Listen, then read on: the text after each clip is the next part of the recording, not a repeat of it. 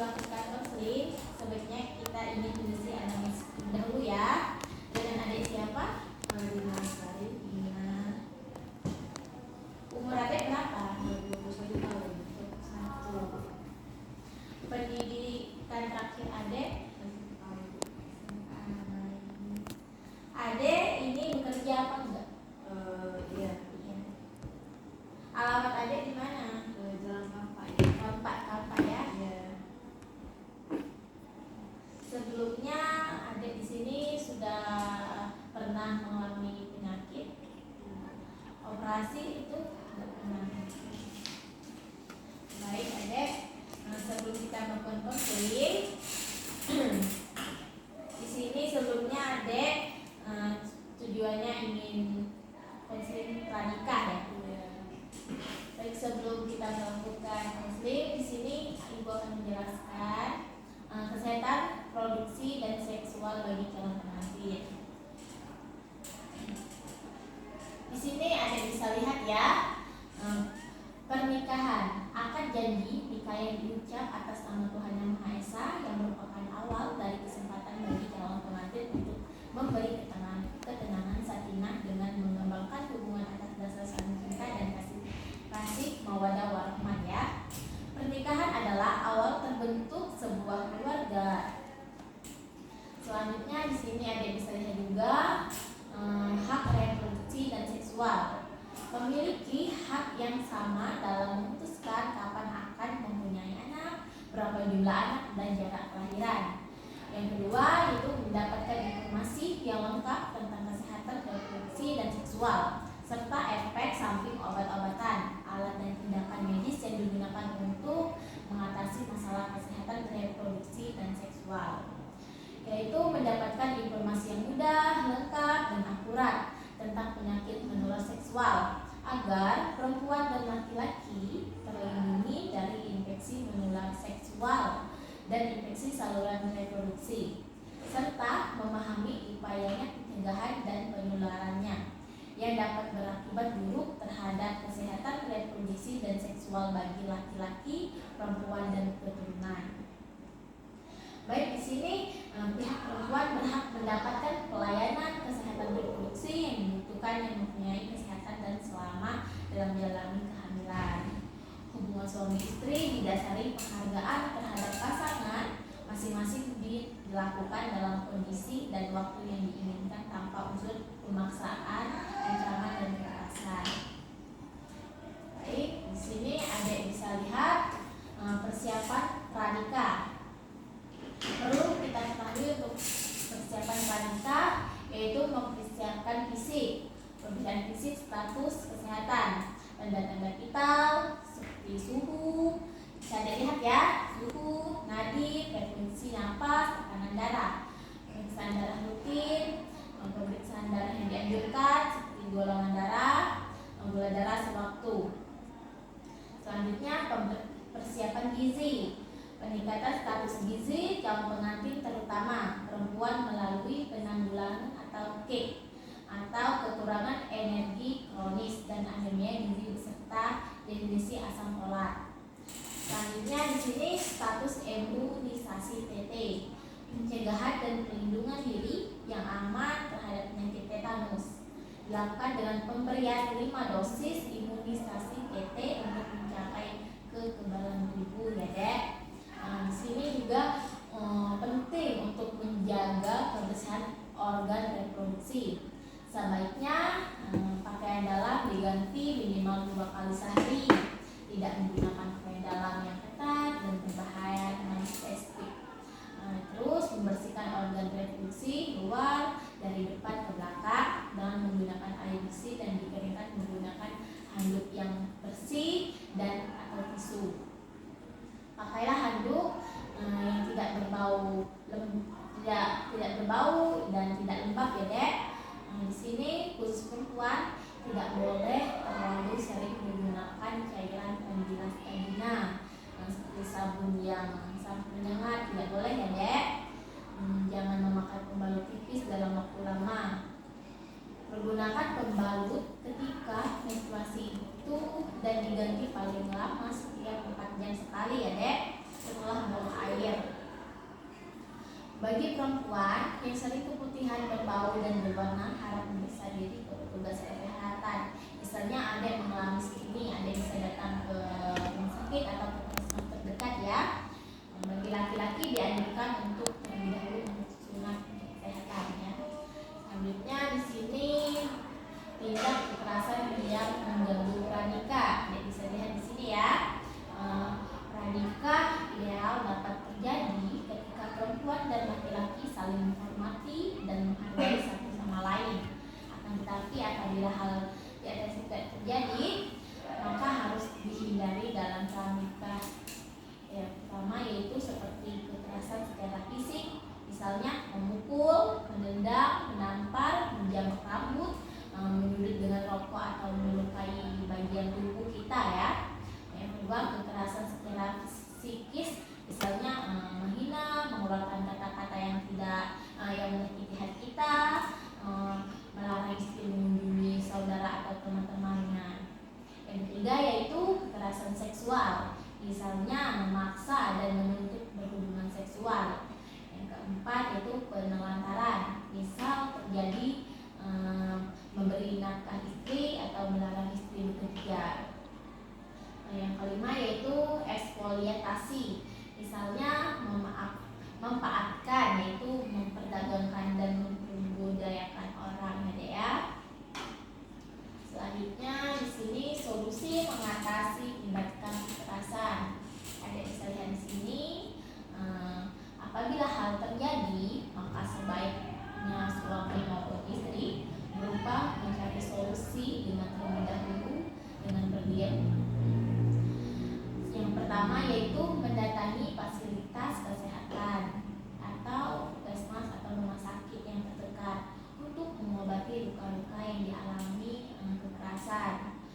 Bisa mendapatkan visum dari dokter atau pemerintah polisi penyidik ya dek.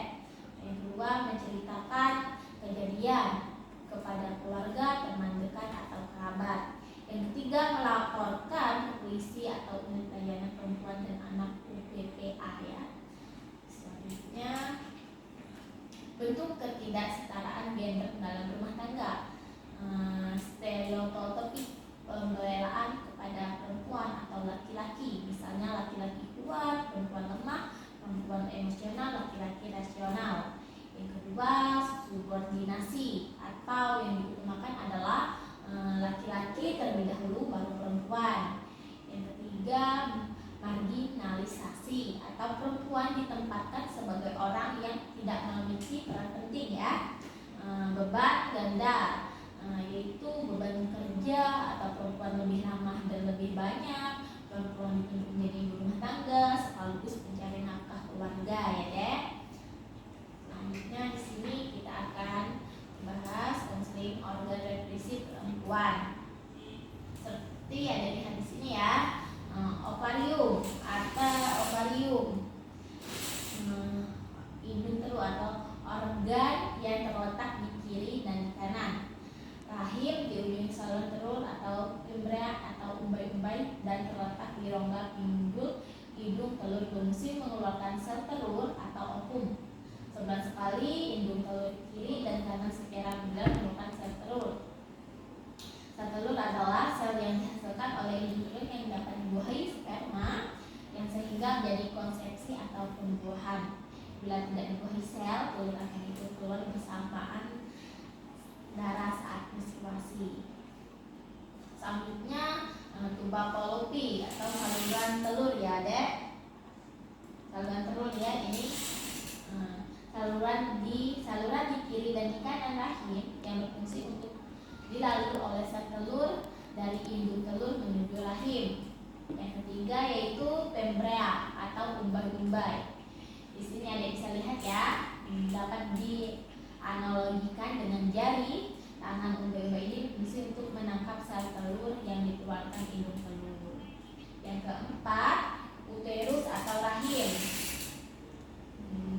Uterus atau rahim ada bisa lihat di sini ya, rahim.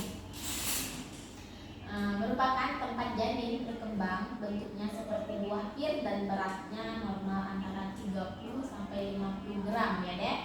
Pada saat tidak hamil besar rahim kurang lebih sebesar telur ayam kampung di dinding rahim. Lapisan permetrium merupakan lapisan paling luar dan yang berhubungan dengan rongga perut. Seperti lapisan myometrium merupakan lapisan yang berfungsi mendorong bayi keluar pada persalinan atau kontrapesi. Selanjutnya serviks atau leher rahim, bagian uterus yang berbatasan dengan vagina pada saat persalinan tiba. Leher rahim membuka sehingga bayi dapat keluar. Selanjutnya di sini vagina deh. Vagina di sini ya. Merupakan sebuah saluran berbentuk silinder dengan diameter depan 6,5 cm dan dinding belakang 9 cm yang bersifat elastis dengan berlipat-lipat. Fungsinya yaitu sebagai tempat penis beradanya saat bersamaan, tempat keluarnya menstruasi dan bayi. Yang ketujuh yaitu klitoris, merupakan organ kecil yang paling dekat rangsangannya dibanding dengan bagian-bagian alat kelamin perempuan yang lain. Klitoris banyak mengandung pembuluh darah dan saraf ya dek. Ini seperti ini ya. Selanjutnya labia atau bibir kemaluan, terdiri dari dua bibir, yaitu bibir besar labia mayor dan bibir kecil labia minor. Selanjutnya di sini kita akan bahas organ reproduksi pada laki-laki. Ada bisa lihat di sini ya.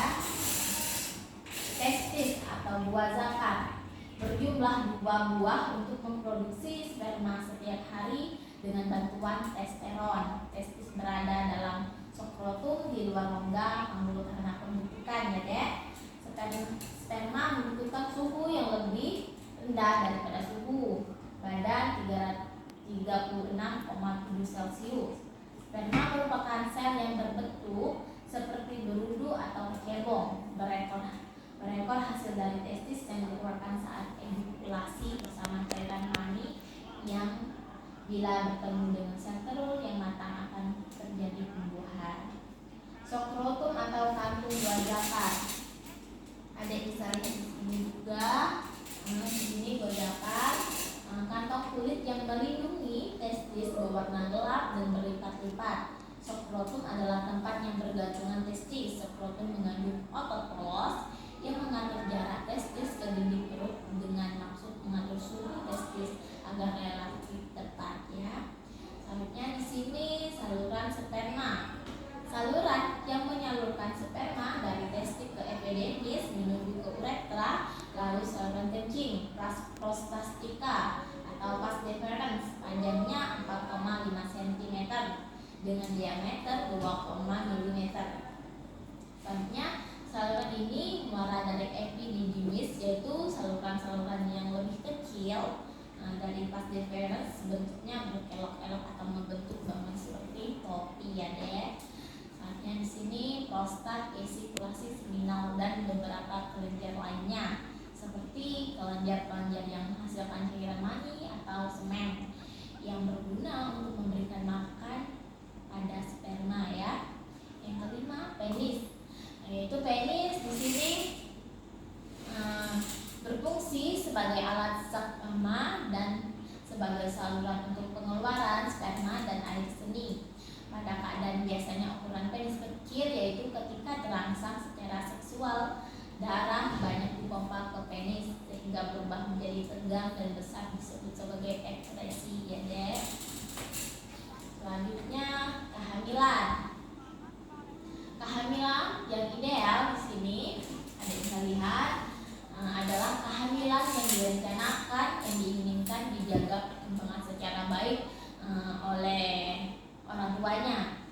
Yang kehamilan tidak diinginkan dapat terjadi biasanya akibat hubungan seksual pranikah, akibat gangguan gagal drop atau KB pada umatnet atau wanita usia subur yang tidak ingin punya anak tetapi tidak menggunakan alat kontrasepsi ya deh. Selanjutnya di sini metode kontrasepsi yang dianjurkan bagi pasangan baru yang ingin menunda kehamilan, yaitu metode jangka pendek seperti Selanjutnya bisa menggunakan alat kontrasepsi seperti pil, kondom atau suntik ya di sini.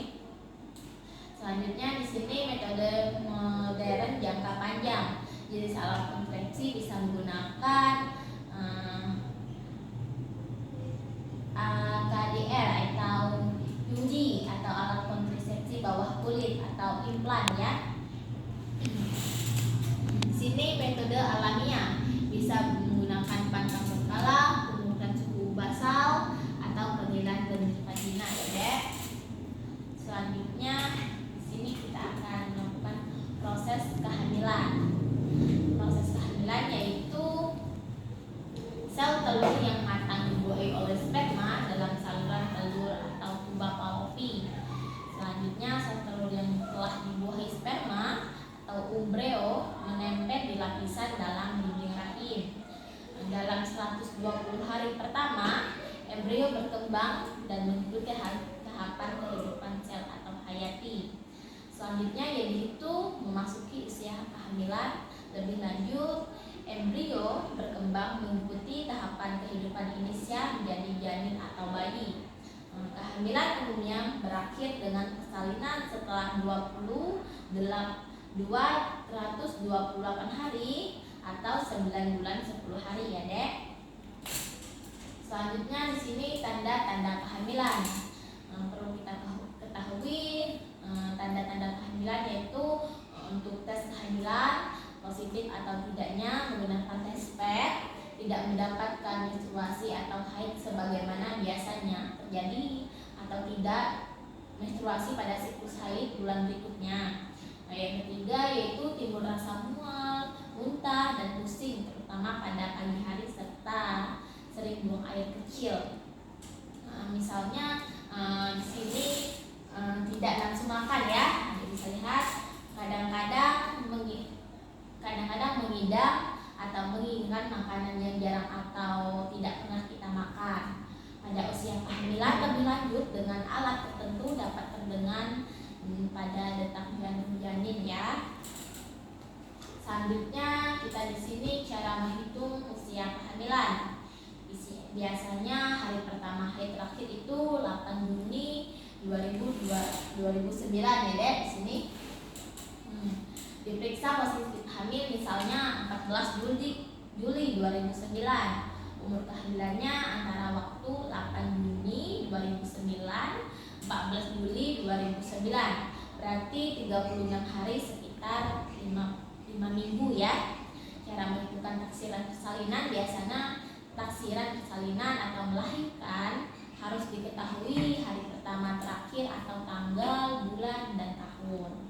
Rumusnya itu misalnya contoh hari pertama, hari terakhir 8 Juni 2009 ya.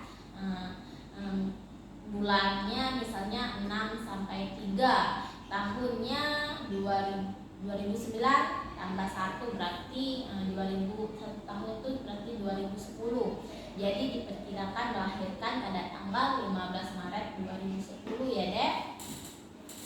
Selanjutnya di sini memeriksakan kehamilan. Perlu kita ketahui untuk memeriksa kehamilan yaitu perlu untuk timbang berat badan dan ukur tinggi badan di sini ya. Pengukuran tekanan darah ibu, nilai status gizi atau umur lingkar lengan atas, pengukuran janin atau ukuran tinggi fundus uteri. Yang kelima, tentukan presentasi janin dan denyut jantung janin. Yang keenam, penilaian status imunisasi TT yang akan kita lakukan setelah konseling ya Dek. Yang ketujuh yaitu tablet tambah darah, tes laboratorium, tata laksana kasus, dan tatap muka konseling tentang kehamilan. Adik sudah mengantuk ya? Baik, kita lanjut ya. Menjaga kehamilan yaitu perlu kita sangat jangan menjaga itu jangan kelelahan dan mengangkat beban yang berat. Yaitu yang kedua, berbaring selama 1 jam pada siang hari, usahakan dengan kaki lebih tinggi daripada perut, tidur yang cukup 9 sampai 10 jam. Tidur terlentang pada saat hamil muda, tidur miring pada kehendak lanjut. Yang ketiga yaitu berpakaian longgar yang menyerap keringat ya, memakai kutang atau bra yang dapat menahan payudara yang membesar serta memakai alas kaki yang nyaman. Yang ketiga, posisi hubungan seks perlu diatur agar tidak menekan perut ibu, dan beraktivitas fisik dengan berjalan kaki selama 30-60 menit tiap hari atau berolahraga ringan seperti senam hamil dilakukan dengan hati-hati oleh sesama ya ibu. Yaitu selanjutnya, hindari berdekatan dengan orang yang sedang sakit menular dan orang yang tidak merokok. Pemakaian obat harus sesuai dengan petunjuk dokter. Makan bergizi seimbang termasuk sayur dan buah 3-5 porsi sehari ya ibu. Menu selama kehamilan perlu kita ketahui. Kehamilan 1-3 bulan yaitu makan dalam porsi kecil tapi sering ya. Makanan mudah dicerna dan menghindari makanan yang merangsang seperti rasa pedas atau asam. Makan makanan yang segar, berserat, sedikit lemak dan banyak mengandung cairan maupun karbohidrat. Meminum air putih yang lebih banyak termasuk misalnya 1 gelas dan minum susu. Kehamilan 4-6 bulan perlu kita makan ditambahi kira-kira misalnya 1 piring sehari. Makan makanan yang mengandung protein seperti ikan, daging, telur, tahu, tempe, seperti kacang-kacangan lah ya, protein. Itu sangat dibutuhkan untuk pertumbuhan kulit, rambut, dan kuku. Diperlukan juga zat gizi lain seperti mineral dan vitamin, yaitu tambahan zat kapur dibutuhkan untuk persediaan pembentukan gigi setelah bayi lahir. Makanan yang mengandung zat kapur misalnya susu, ikan, teri, kacang-kacangan, sayur hijau ya. Minum air putih itu lebih banyak. Ibu hamil sudah memasuki 7-9 bulan, makan ditambah makanan yang mengandung protein seperti ikan, daging, telur, tahu, tempe, oncom. Yang perlu kita ketahui juga diperlukan zat gizi lainnya seperti mineral dan vitamin. Tambah zat kapur dibutuhkan untuk persediaan pembentukan gigi setelah lahir ya dek. Makanan yang mengandung zat kapur misalnya susu, ikan teri, kacang, dan sayur hijau. Selanjutnya, kehamilan dan persalinan berisiko. Kehamilan berisiko tinggi biasanya terjadi karena faktor 4 terlalu dan 3 terlambat. 4 terlalu yaitu seperti yang pertama, terlalu muda untuk hamil kurang dari 20 tahun. Yang kedua, terlalu tua seperti hamil lebih dari 35 tahun ya dek di sini. Terlalu sering hamil atau anak lebih dari 3. Terlalu dekat atau rapat jarak kehamilan kurang lebih dari 2 tahun. Yang 3 terlambat yaitu yang pertama di sini terlambat mengambil keputusan untuk mencari upaya medis kedaruratan. Yang ketiga, terlambat tiba di fasilitas kesehatan. Yang ketiga, terlambat mendapat pertolongan medis yang adekuat. Tanda bahaya kehamilan. Di sini pendarahan waktu hamil walaupun hanya sedikit. Di sini misalnya ya deh, keluar darah ya. Bengkak di kaki, tangan atau wajah disertai kepala dan atau kejang. Demam atau panas tinggi lebih dari 2 hari. Keluar cairan ketuban sebelum tiba saat melahirkan, yaitu muntah terus dan tidak mau memakan. Jadi muntah itu keluar makanan jadi perut kosong ya dek. Berat badan yang tidak naik pada trimester 2-3. Bayi di kandungan gerakannya berkurang atau tidak bergerak sama sekali. Apabila terdapat salah satu atau beberapa misalnya tanda bahaya, segera adek meminta pertolongan ya pada tenaga kesehatan. Selanjutnya di sini kondisi emosional ibu hamil. Ibu hamil mudah tersinggung biasanya ya, sensitif, uring-uringan, manja, mudah marah, tidak semangat, perasaannya mudah lelah, biasanya tidak mau memakan, nggak bisa tidur yang nyenyak, tidak nyaman,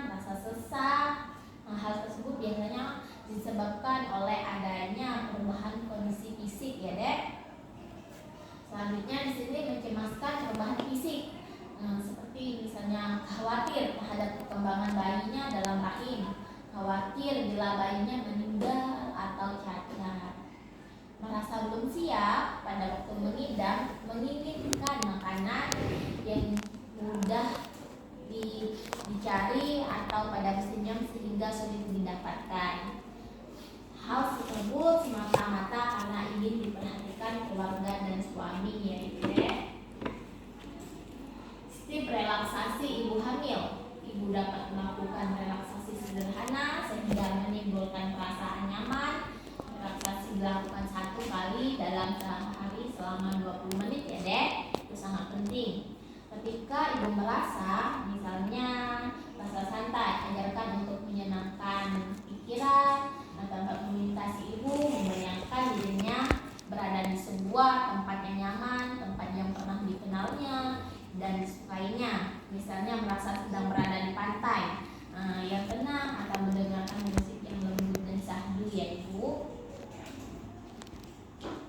Baik, selanjutnya di sini program perencanaan persalinan dan pencegahan komplikasi dan buku kesehatan ibu dan anak atau KIA ya dek. Bagi ibu hamil diberikan buku KIA, itu sangat penting. Buku KIA berisi catatan kesehatan ibu hamil, misalnya hamil, bersalin, dan nifas, dan anak yaitu bayi baru lahir dan anak balita, serta berbagai informasi yang kita ketahui cara memelihara dan merawat kesehatan ibu dan anak. Itu buku KIA tersedia di fasilitas kesehatan posyandu, Polindes atau Pokesdes dan di Pokesmas ya dek.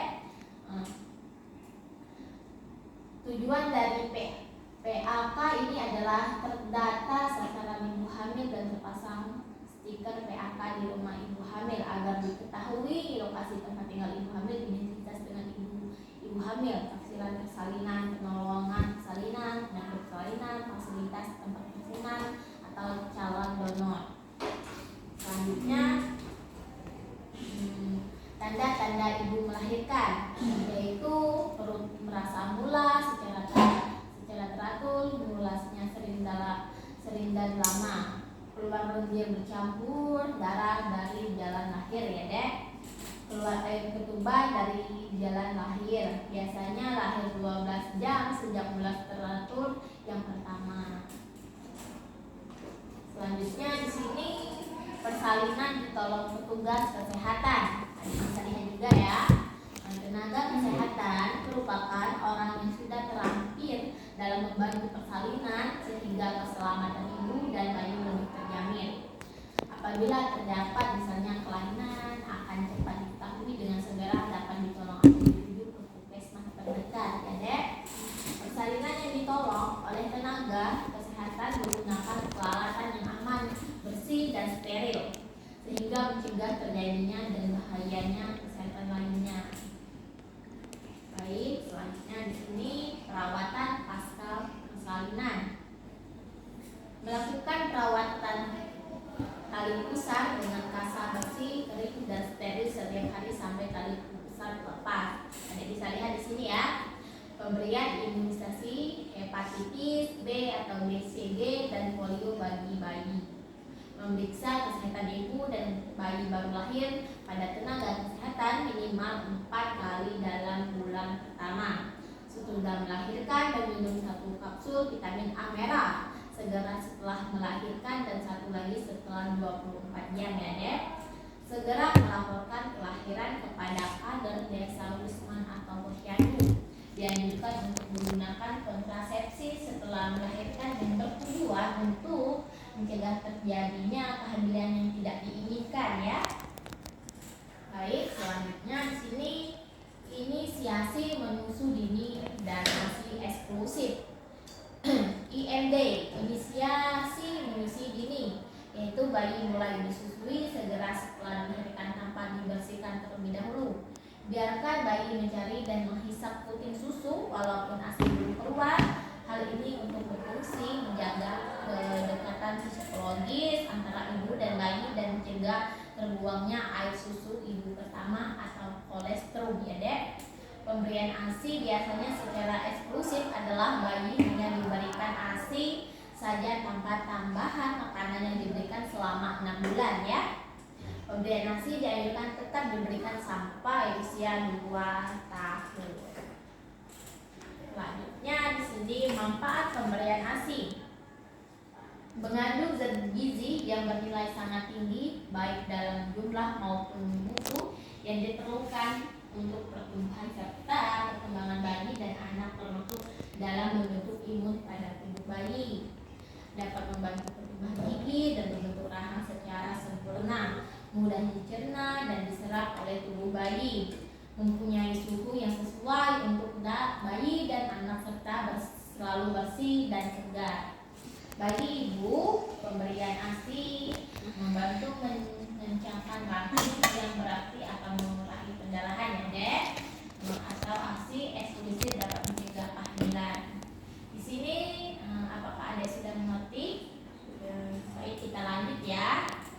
Untuk melanjutkan infeksi menular seksual atau IMS, seperti ada bisa lihat gonorrea pada laki-laki, tubuh ureta kenyal, putih, kekuningan atau kuning. Gejala pada perempuan yaitu ada bisa lihat di sini sering kali tanpa gejala. Bila ada tubuh putih atau kuning, terutama di daerah mulut, biasanya perlu pemeriksaan dalam. Untuk pencegahannya kita perlu tidak berhubungan intim setiap ada pasangan dan menggunakan kondom. Sipilis raja singa atau gejalanya luka. Sini luka ya dek. Luka atau korek jumlahnya biasanya 1 bulan atau lonjong. Dasar besi dengan perambaan kenyal sampai keras, tidak ada rasa nyeri pada penekanannya. Kelenjar getah bening dilipat, paha bagian dalam membesar, kenyal juga tidak nyeri pada penekanan. Pencegahannya tidak berhubungan intim setiap pada pasangan menggunakan kondom. Herpes genitalis ya, bisa dilihat ya, yaitu gejala herpes genital pertama diawali dengan bintil atau lekingan atau luka erosi kelompok di atas dasar kemerahan, sangat nyeri, pembesaran kelenjar lipat paha, kenyal dan disertai gejala sistemik. Herpes genital kambuhan timbul bila ada faktor stres pikiran, genggaman berlebihan, kelelahan dan lain. Umumnya lesi tidak sebanyak dan seberat lesi pertama ya dek. Pencegahannya kita tidak perlu berhubungan intim itu setiap pada pasangan, menggunakan kondom dan hindari faktor tertentu ya. Selanjutnya di sini infeksi menular seksual, konjungtivitas, ada bisa lihat juga di sini pada bayi baru lahir ya.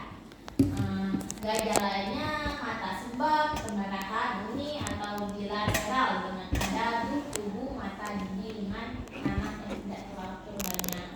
Pencegahannya pemberian chloraphenicol tetes mata, dosisnya 4 kali sampai 1 tetes atau granisin tetes mata 2 kali 1 sampai tetes setelah bayi lahir.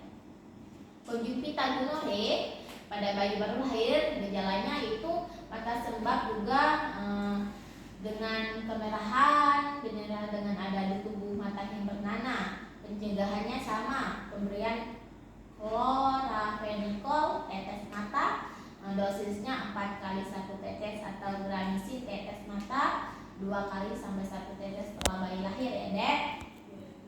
Kondilomata atau acuminata seperti gengger ayam, gejalanya bentuk datar, bentuk papul, bentuk bronkosa, terutama pada daerah yang lembab. Pada wanita dapat menimbulkan kanker mulut rahim.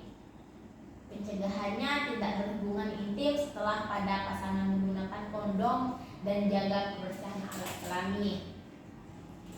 Selanjutnya infeksi saluran reproduksi, kondidosis vaginalis, gejala klinis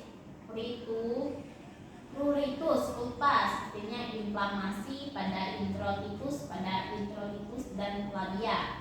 disertai edema atau fisura dan tubuh vagina bergumpalan putih, kadang-kadang dapat kental atau kekuningan. Komplikasi seperti kulit sekitar perutnya lecet ya dek, ada bisa lihat di sini. Pencegahannya jaga kebersihan alat kelamin pada perempuan dan laki-laki kita ya.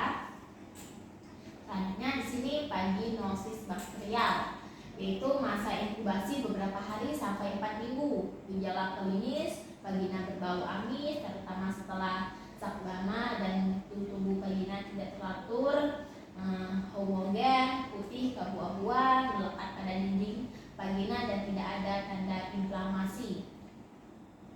Komplikasi yaitu pada perempuan hamil dapat menyebabkan pertumbuhan pecah dini, kelahiran prematur pada bayi, berat dan badan lahir rendah. Selanjutnya di sini tripomoniasis, yaitu masa inkubasi beberapa hari sampai 4 minggu. Gejala klinis juga pada vagina kemudian banyak prulen, kadang-kadang berbusa, mukosa vagina erythema, berbau seperti ikan busuk, dapat disertai pruritus atau pulpa. Komplikasi yaitu pada perempuan hamil dapat menyebabkan partus atau prematur, bayi berat badan lahirnya rendah juga ya adek.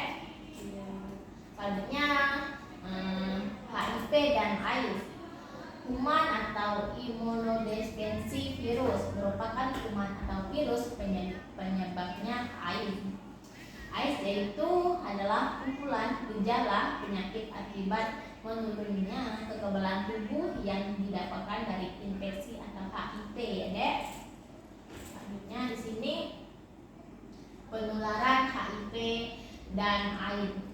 Infeksi HIV ditularkan melalui pertukaran cairan tubuh manusia. Beberapa cara berisi penularan HIV diantaranya.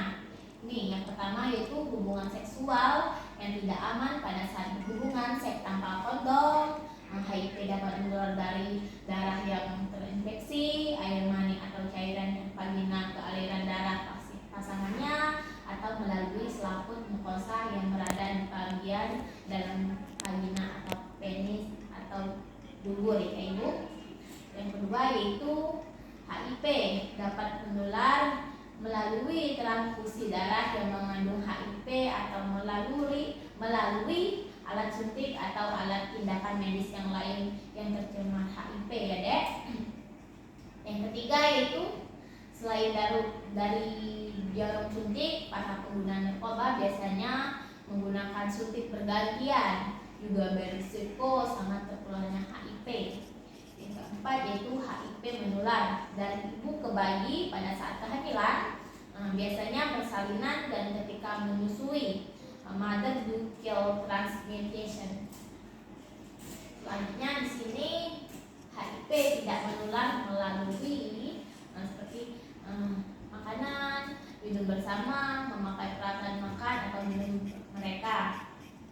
Yang kedua yaitu bersentuhan atau berjabat tangan, berpelukan, hidup serumah, menggunakan WC atau toilet bersamaan, berenang bersama-sama, bergantian pakaian, handuk atau sapu tangan, buangan sosial lainnya atau gigitan serangga. Selanjutnya di sini waspada HIV tidak menunjukkan gejala. Setelah seorang terinfeksi HIV, dia terlihat biasanya seperti hal-hal orang yang lain karena tidak menunjukkan gejala klinis.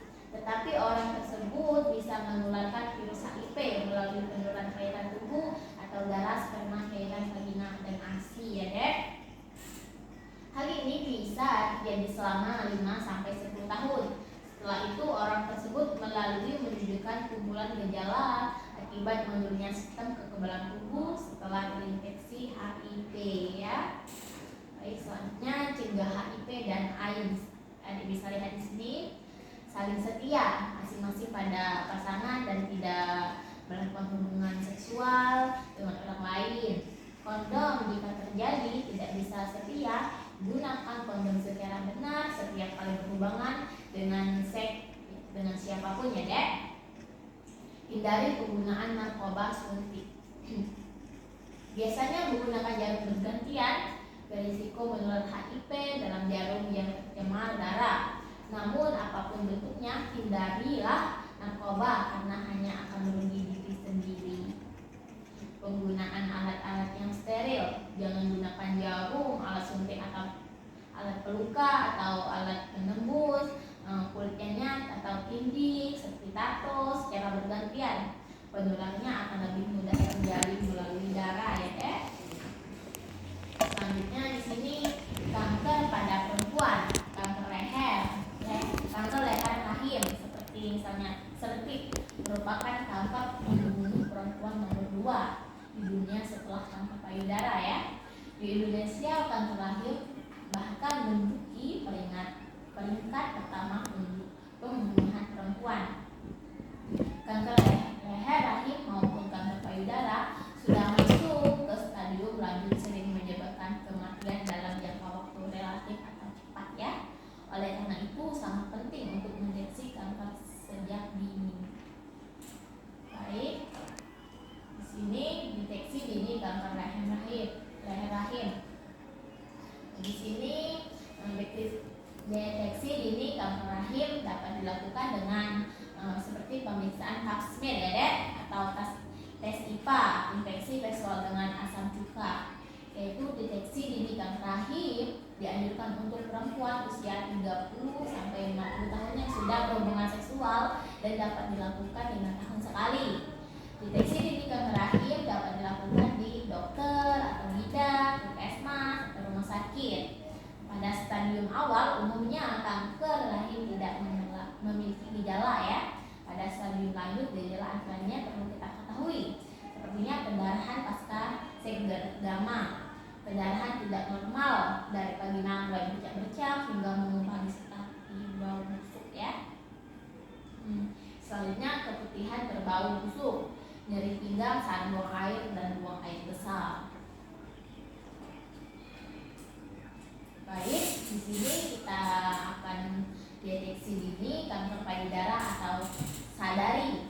Adik bisa lihat di sini sadari, periksa payudara sendiri ya.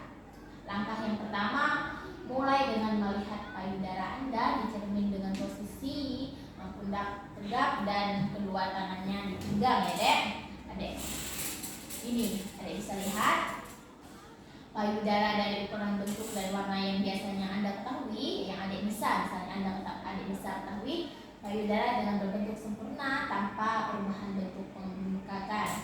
Jika adik melihat perubahan berikut ini, segeralah berkonsul untuk kita ketahui, misalnya kulit mengerut, terjadi lipatan, ada tonjolan, puting berubah posisi biasanya seperti tertarik ke dalam, kemerahan, jadi ruang-ruang akan lengkap.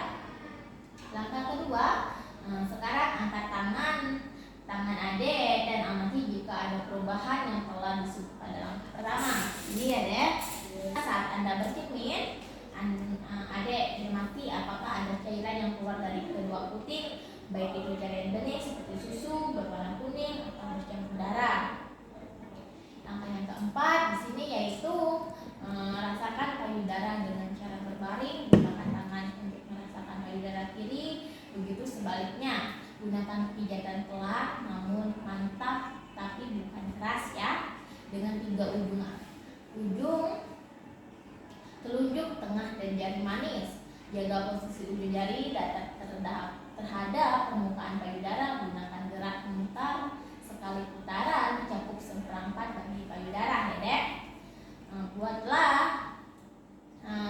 memutar untuk memastikan Anda sudah membias seluruh payudara, misalnya mulai dari puting, gerakan memutar semakin lama semakin besar kita bisa merasakan. Selanjutnya langkah kelima, yaitu langkah terakhir ya dek. Di sini bisa lihat juga di sini langkah kelima.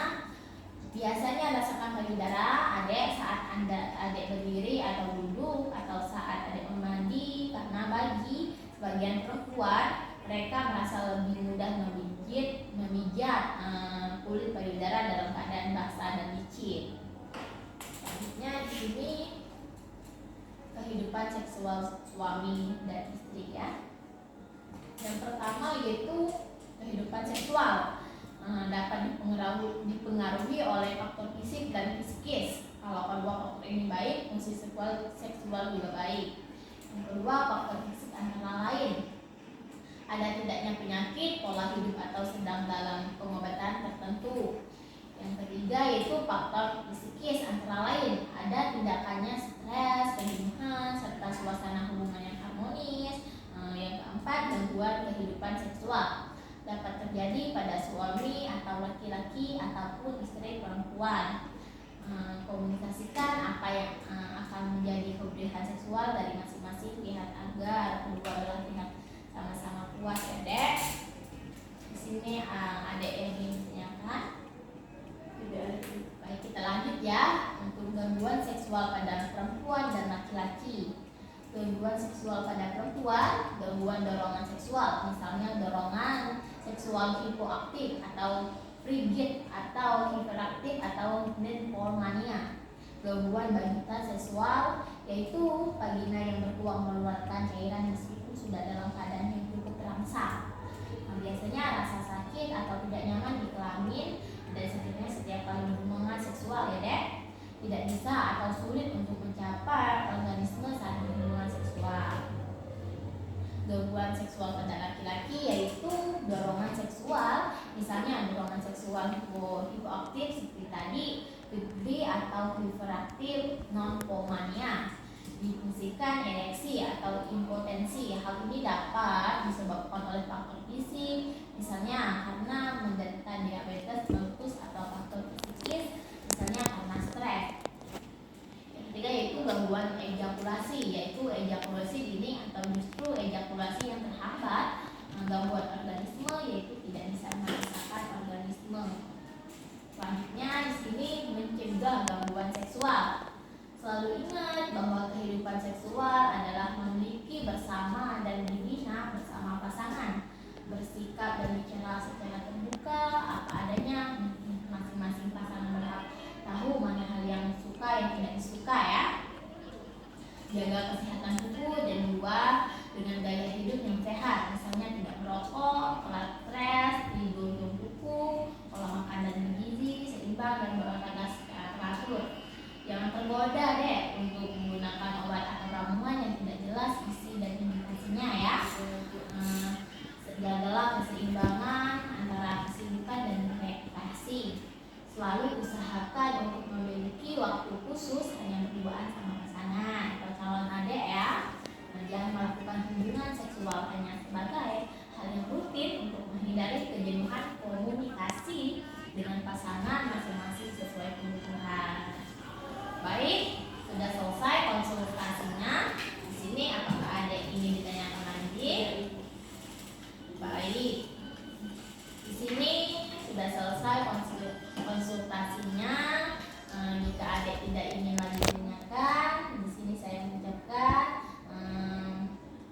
selamat kepada adik jika bentar lagi sudah mau ke KUA ya, sudah selesai untuk konseling pranikahnya.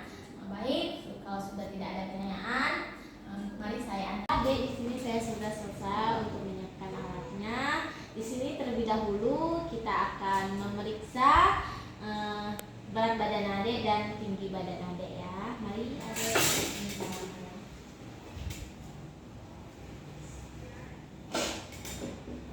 Baik, di sini berat badan adik 55 ya. Selanjutnya tinggi badan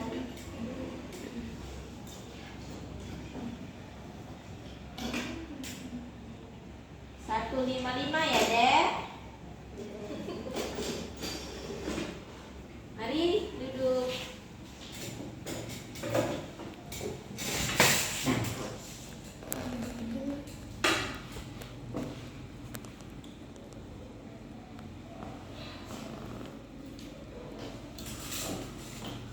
Sehingga di sini saya akan mengecek Nadia dulu ya.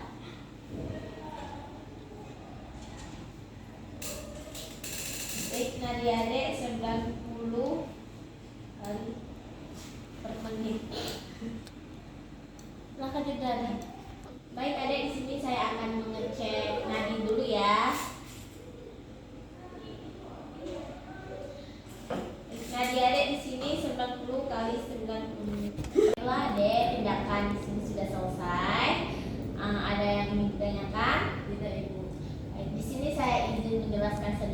apa efek samping imunisasi TT ya.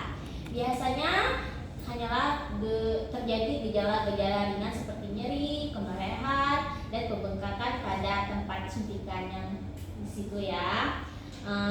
Efek samping adalah tersebut berlangsung 1-2 hari ya. Biasanya itu sembuh sendiri dan tidak lama.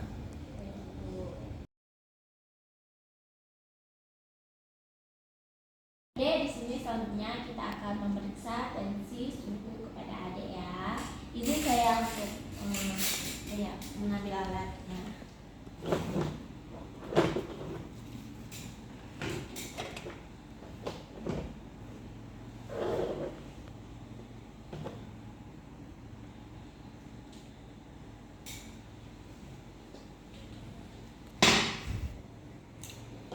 Izin ya dek.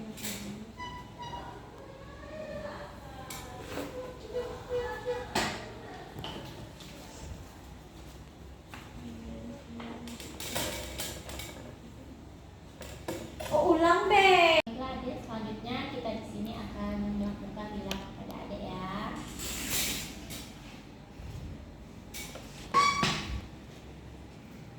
Adik 38 enggak? Tidak. Oh, berarti sebelah kanan ya. Tangan adik ke sini ya. Iya.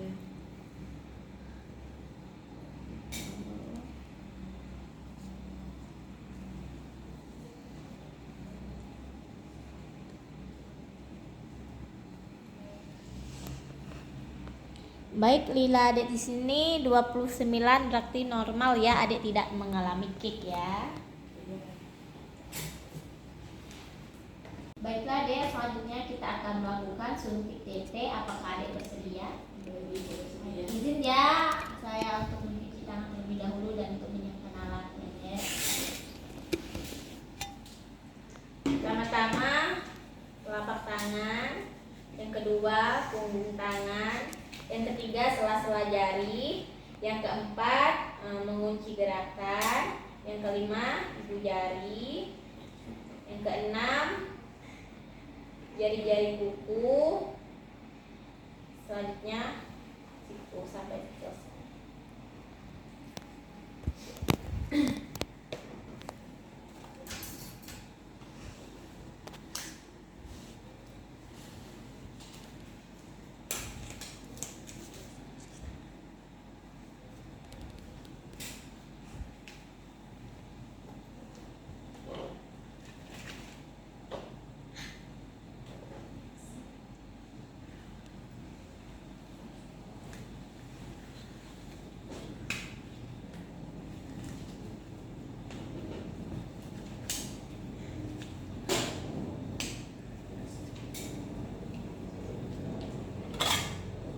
Tunggu sebentar ya dek. Ya.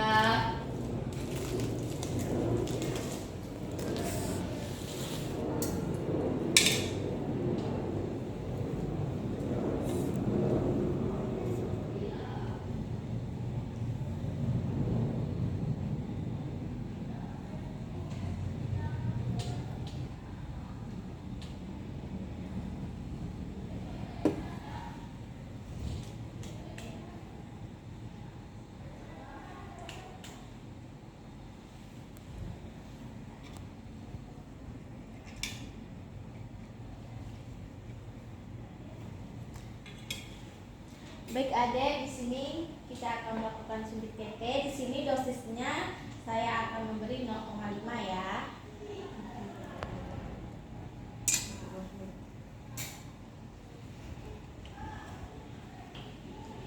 Di sini tidak sakit kok dek, cuma nyeri sedikit saja ya.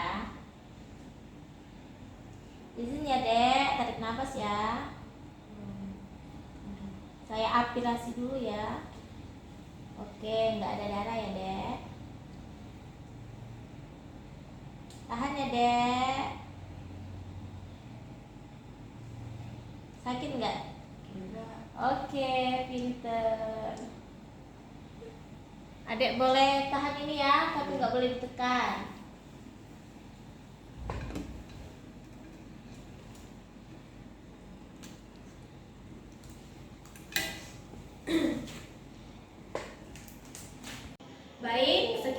video dari saya. Wassalamualaikum warahmatullahi wabarakatuh.